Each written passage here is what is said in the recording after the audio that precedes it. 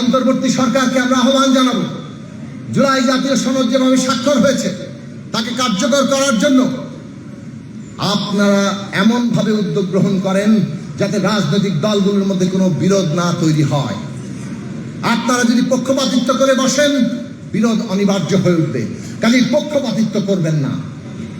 সংস্কারের ধারণা, সংস্কারের লক্ষ্য আমরা দৃঢ়তার সাথে ধারণ করি এবং এই দেশের রাজনৈতিক দলগুলোই রাজনীতি করবে, তাদের উপরেই দায়িত্ব বর্তায় বাংলাদেশকে এগিয়ে নিয়ে যাওয়া।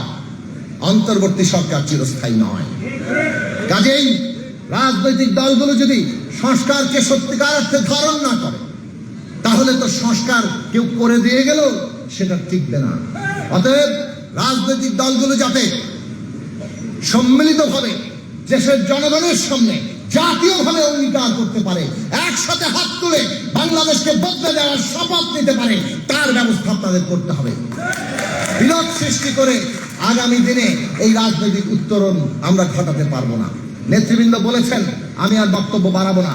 আমাদের পরিষ্কার বক্তব্য যে ঐক্যমত্যের ভিত্তিতেই এই জুলাই জাতীয় সনদ কিভাবে বাস্তবায়িত হবে তার প্রক্রিয়া ঠিক করে অবিলম্বে আমাদের নির্বাচনের মধ্যে যেতে হবে।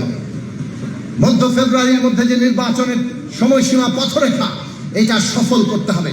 মনে রাখা দরকার, বিচার, সংস্কার, নির্বাচন এই মুহূর্তে বাংলাদেশের প্রধান জাতীয় স্বার্থ।